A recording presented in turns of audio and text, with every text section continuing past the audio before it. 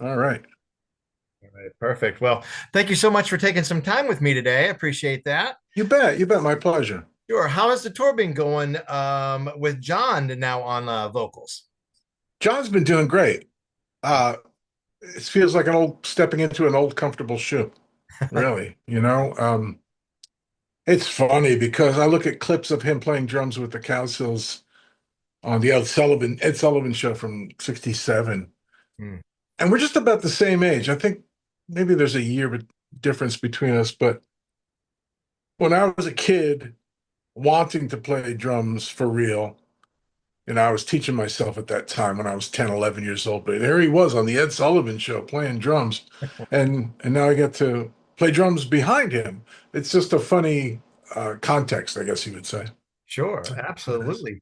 Now, you guys have used Marshall Crenshaw and Robin Wilson in years past. How did you come to hook up with John for this tour? Uh, well, we've known John and the Cowsills since 1991 Okay. when Jimmy Babjak and I went to see the Cowsills play. We were in Los Angeles working on our Blow Up album at the time, and we were, I think, still in rehearsals at that point, and we had a night off, and we saw the Cowsills were playing with Screaming Trees and Red Cross. Oh, wow. Quite a bill, right? Yeah. So, more than anything, we wanted to see the Cowsills. We grew up being big fans of theirs. So we went to the show and we were blown away by their performance and by their genetic blend vocally. I think at the time they were promoting the first pressing of their Global album. Don't know if you've heard that. That's a great record. So anyway, we were so enchanted by them that we asked them if they wouldn't mind singing on a track on Blow Up. That was They were in LA. We were working on it in LA. So that's how we became acquainted. And we stayed in touch through the years. John became a good friend. He played drums with the Beach Boys for quite a few years and Right. oftentimes invited me to sit in with them when I came to a show. So that was a great thrill and a lot of fun. So John became a good friend, and there were a couple dates that Robin was not available for, and Marshall wasn't available for. So we asked John if he wouldn't care to sing, and he was very much into it. So that's how it came to pass, Oh, all quite organically, as all the other ones were as well. right. Okay. Yeah, all the other choices. So Sure. Very good. yeah. Excellent. Well, looking back on your career a little bit, what kind of drew you to the drums out of the other instruments that you could have picked up? I used to be a drummer myself when I was a kid growing up. And Mhm. who were some of your biggest influences? Well, I think really, if I go back to when I was very young, I'm talking like 2, 3 years old. Uh, I was, I heard the radio a bit. I was enticed by the sounds on the radio, but even more than that, I think watching American Bandstand with Dick Clark every Mhm. day in the afternoon.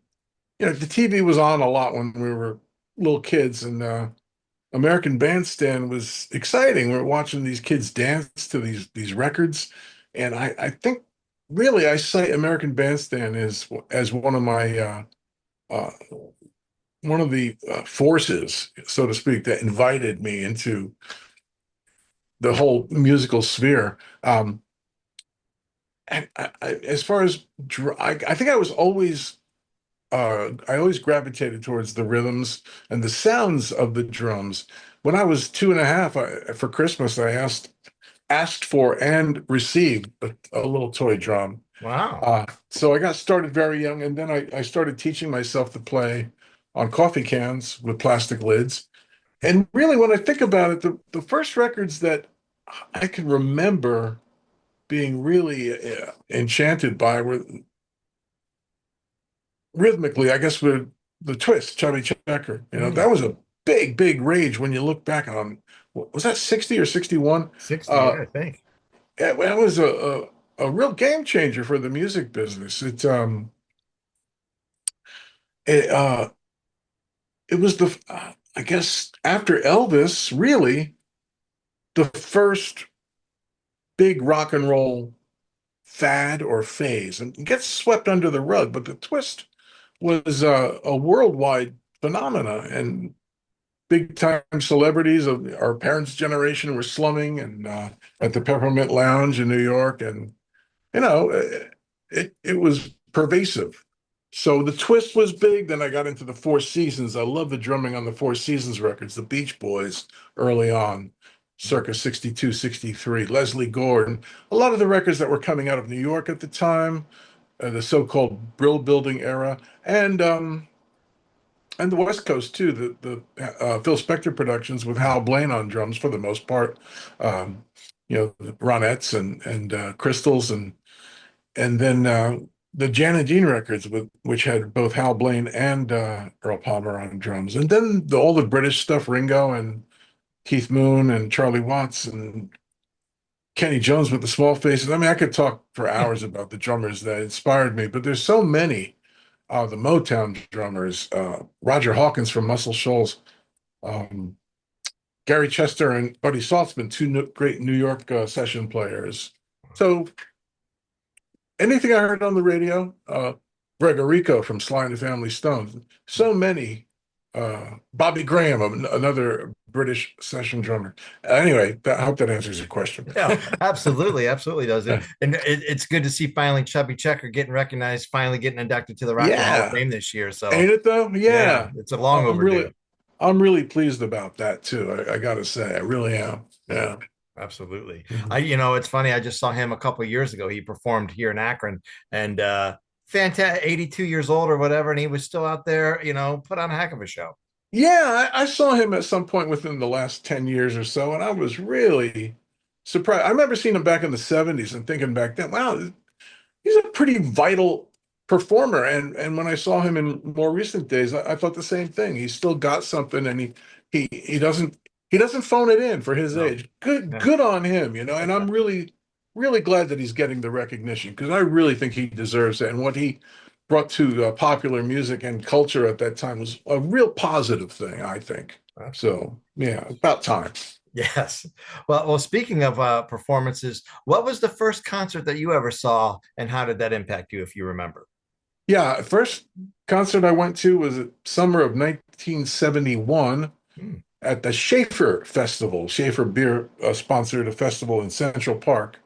Uh, and this was 1971. And at that time, I was 14, but I was waist deep into doo-wop. I really loved uh, R&B vocal records, and fortunately, there were a lot of very astute programs on New York radio at the time. So I knew more about minutia of doo-wop when I was 14 than I do now. I probably forgot so much of it. So the first show was a Murray the K hosted uh, oldies, as it was called, show uh, with the Harptones, Bo Diddley, Hmm. uh, the Orioles, the Jive Five, who to this day are one of my favorite groups of all time, and I think one other one, Harptones. Yeah, so that was my Wow. first show. And then the Very second show later that year, November, Jimmy and I met Jimmy in high school that September, and then we went to see the Beach Boys on the Surf's Up tour. Oh, Yeah, wow. yeah, that was cool. That would be very cool. Hmm. Excellent. Very good. Hmm. Well, speaking of Jimmy, how did the chemistry between you guys in the Smithereens come together? And how did you get your kind of distinctive sound? Well, I think it was seemingly like everything we do, quite organically. I often tell the story. It's a good one, but it happens to be 100% true. Jimmy and I met, here we go, day one, period one, row one, seat one, first day, freshman year of high school, September 1971. I went we grew up in a town called Carteret, New Jersey.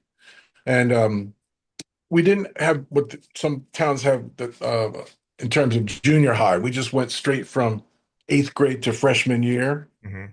I don't know how it was where you were. So when I was coming out of grammar school, it was a relatively small student body, and I knew going into high school that I would be meeting a lot more kids. And my dream was to form a band I was playing drums, and I thought if I could meet a guitarist who could play "I Can't Explain" by The Who, then that was a great starting point, a great common ground. Um, and so Jimmy, that first day, like I said, period one, 8 in the morning, earth science class, opens up his loose leaf and plastered, and I'm in the second row, and plastered in his loose leaf are color pictures of The Who from Hit Parader magazine. So a light bulb went off in my head, and he looked like he might have been a hip kid. His haircut was, for 71 was a little shaggy, a little Beatley looking. So I said, I'm going to talk to this kid. So that day after class, I saw his name was on the side of his notebook, so I knew his name was Jim. Introduced me. Hey Jim, my name's Dennis. I play drums. By any chance, do you play guitar? Yeah, I do. Can you play I Can't Explain by The Who? Yeah, I can. And that's how it happened. We started playing together that week, and we haven't Wow. stopped. So, Right? yeah, we have not stopped. That is Isn't that great. crazy? But really organically, and a really wonderful friendship blossomed that is very strong and vital to this day. And our sensibilities are really in line. So it was a no-brainer. And Mike Mazaris, our bass player, um, I knew him since third grade. Oh, And wow. and see, Jimmy went to a different grammar school. There was they had the school zone lines divided the areas where he would go to school. So um, Jimmy didn't go to the same grammar school as Mike and I, but he went to the same church as Mike. So they knew each other from their communion and from going to church together. So um, we all came together in high school, and Mike hadn't saw Jimmy and I playing. We needed a bass player, so Mike learned to play bass, and we kicked around for the rest of the '70s, and we didn't meet Pat till 1978. And once he started writing songs and have us play on his demos, it all came together. Wow. Very cool. Hmm. When you form the group, as a drummer, how do you approach when it comes to shaping the feel of a Smithereens song? Do you kind of start with the groove, or do you kind of build around the medley of the song, or how do you do that, or is it just Yeah, depends on the song? you follow what's being played by the guitarist, and I always lock into the vocalist quite a bit. I've Okay. always gravitated towards playing along with the feel of the vocals. But yeah, you create a groove that's based on the thrust of the rhythm of the guitar usually. Um, and you try to uh, season the song accordingly, according to what the lyrics are singing, and you try to, as any drummer would, you try to accentuate where the changes are in the song and create some excitement and some build. So again, very organically, none Mhm. of us in the band ever studied, so it's all coming from the gut and from the heart. Nice. Yeah. Very good. You can kind of tell that. Um, Thank Now, you. I read, when doing some research here, that originally Madonna was scheduled to be the backup singer on Girl Like You. Is that true? Yes, it is. As a matter Is it of really? Okay. fact. Yeah. She was supposed to. It was all scheduled. She was supposed to come to the studio and do it that fine day at Rumbo Recorders in I forget what part of LA it was called at the time, on Satakoy Avenue. And the story goes that at some point that day she had a fight with her then boyfriend Warren Beatty Oh, wow.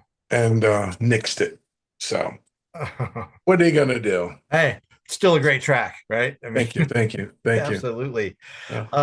Well, you talked a little bit about some British invasion bands that influenced you, and I read one of my favorite bands of all time is the Kinks, Yeah. and you got to play with Dave Davies. What was that experience like?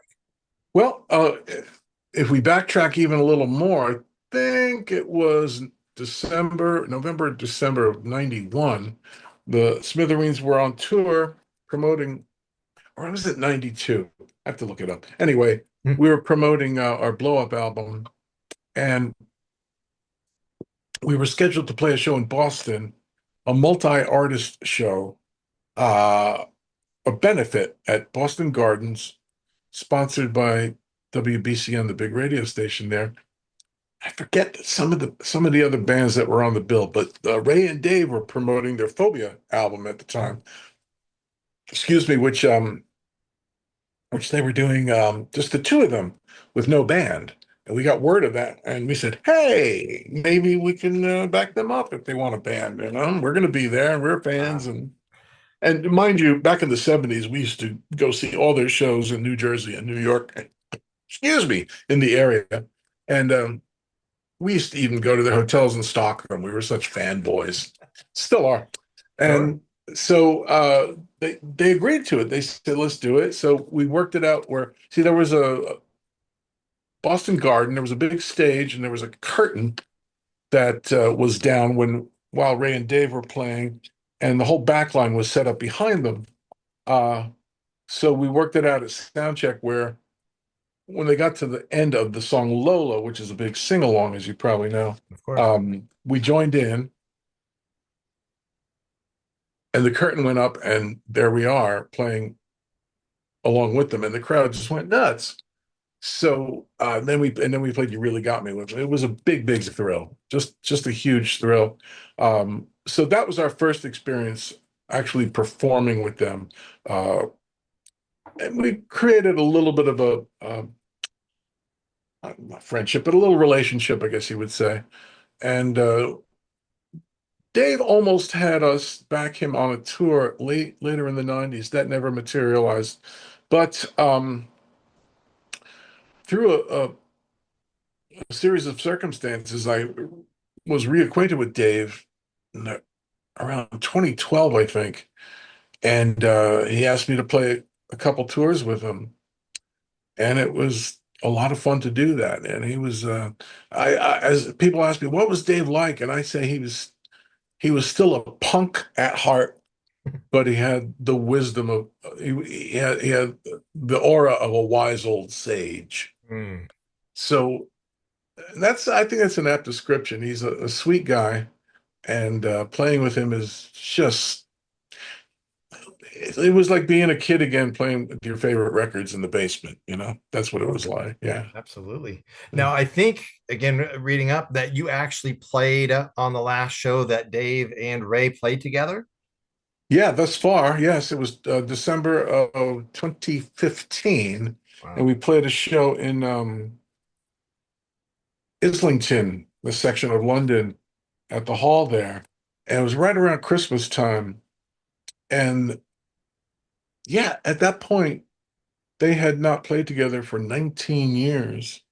And there was rumors, that Ray might show up tonight. And I said, okay, that's big. That'd be great. That'd be just fabulous. Uh, and none of us really knew for sure if he was going to show up until he did, which is we were on stage at the time. Oh, wow. And somebody got word to the guitar player and who said to me, Ray is here. And then he came up and joined us for "You Really Got Me." Big thrill. And they both seemed very, very happy to be able to be on stage again with each other. They really did. And my wife happened to be there, and she as soon as Ray came on stage, she took a picture, posted it on Facebook, and the internet just was a flame. Yeah, Sure. yeah, yeah. Absolutely. Yeah. Oh, that would be great. I mean, and you to be a part of it, I couldn't imagine. I still was hoping maybe one more time, maybe they can do it one more time. Well, hopefully they will. I Wow. mean, everybody asks me, what do you know about? I don't know anything about, it's your guess is as good as mine, but it'd be nice to see them. I know that there's still, no matter what you've heard through the years, true, some of it's true and some of it is blown out of proportion. There really is still a very deep affection between the two of them, which is really nice to see. Nice. Very good. You also got to tour with another legendary artist, and that was Ronnie Spector. Now, Oh, yeah. how did that differ from the Dave Davies tour? Well, Ronnie, man, that was a dream come true for me. It really was. Like I said before, in 1963, when I was 6, listening to the "Be My Baby" on the radio, it just fried my brain. The drums on that, Hal Oh, Blaine's drumming on there, and I always loved the Ronettes, and I loved Ronnie. Her voice was like no other. She had a unique gift, and she was the real deal to the day she died. She never assumed the oldies kind of role. You know, she was a vital performer who really brought it at every show.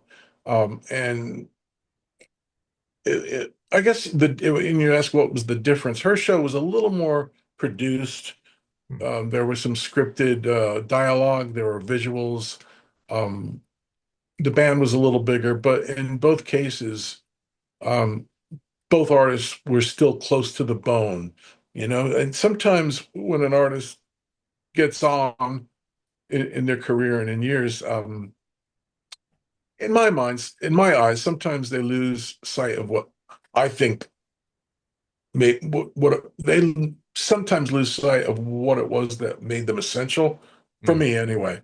Neither Dave nor Ronnie did. They both were really true to their game the whole time. And whenever I took the stage with Ronnie or Dave, it was never lost on me how special this was, and what a gift this was to be able to play with them, and how much it meant to me as a big kid. Again, kind of like digging on my old records, and as a musician and as a fan. So those were very special times for me. Well, Very special, yeah. sure, absolutely. Mhm. Now, getting back to the Smithereens, again, you've been at it for, several decades now. How do you maintain your energy and the tightness of the band performing live shows since you've been playing for so long? Um, it's a hard question. Well, how do I answer that? Jimmy says it well when he talks about this on stage. When we could be having a bad day or be tired from traveling or have an ailment or whatever, but when we take the stage, it all fades away and we feel like we're teenagers again. We really do. Uh, and it's a cool thing. We didn't start playing to become rock stars or make a lot of money. That's always nice if it happens, but we really started it because we love to play and we like to hang out together, and that's really still what drives us. Hmm. You know, Sure. if you love what you do, it's really a gift and a blessing, and we dig it. So it's really as simple as that. Right. I think we'll both keep on playing as long as we're physically able to, because it's what we do. Mm. And retirement to me is a really an abstract term, because what I do is I love what I do. So Right. yeah, Keep on doing yeah, it. Absolutely. yeah. All right, Dennis. Well, you will be playing the Music Box Supper Club here in a couple weeks in Cleveland. What can fans expect from the show? Well, we certainly play all the songs that people know us for. Uh, I know I feel cheated if I go to see an artist and they ignore the songs that their public bought and know and the songs that they know them for. So we always make sure to play all the tunes that people come to hear, and then we dig deep into the albums and do some deep cuts, and then we throw in some covers, and we just like to have fun. It's really what it's about. I want to also add that the Cleveland and Akron area is really special to us because when the first couple of years of the band's existence, we played mostly New Jersey and New York, Mhm. here and there, Pennsylvania and Connecticut, maybe Boston, DC. Now, even before we went to DC, and maybe before Boston, we actually got an in through some friends of ours in the Cleveland area. There was a trio called The Action. I don't know if you're aware of them. No. From the early 80s, Mike Perkiser, Brent Warren, and the late Cliff. I can't remember. Anyway, they were a pretty popular band, and they play like was it the Fantasy, was it? And Oh, the Fantasy Nightclub, sure. a The place in Agora. Akron. Yeah, but before the Agora, what was the other? Oh, some Captains. Oh, shucks. Um, anyway, another place called the Bank in Akron, Okay. and so we became friendly with them. They put out independent records. We put out our own EP. So they would come and open for us in New York and New Jersey, and we would go out and open for them. I'm talking 81, that Wow, early. early. So Cleveland was one of the first areas out of our immediate tri-state location that helped us branch out. So anytime we cross into Ohio, cross into the border, I think of those days and and that we still have a soft spot in our heart for Cleveland, and Akron. Oh, thanks. Yeah, absolutely. I mean, we're known as a great music town, and I think we're still holding that tradition. We still love our rock and roll, straight ahead, Hmm. good old rock. That's right. Yeah, That's what you guys are. we always have good audiences. We always look forward to it. So thank you, good people of Ohio. Well, very good. Yeah. All right, Dennis. Well, listen, I wish you safe travels on the road, and I'm very much looking forward to your show on the Cool. 22nd. Come back and say hi. Uh, And I also just want to add, we really, really, from the bottom of our hearts, appreciate uh, our fans and friends who have stuck with us these 45 years. wow. Uh, and we couldn't we couldn't do it without them. So thank you very much. Yeah, absolutely. All Mhm. righty. Very good. Well, I will see you at the Music Box in a couple Thank you. weeks. All right. Thank you very much. Oh, you're welcome. All right. We'll get Okay. the word out. We'll pack the place for you. Thanks, man. All right. Take care. Bye-bye. Okay, Bye. take care. Bye. Yeah.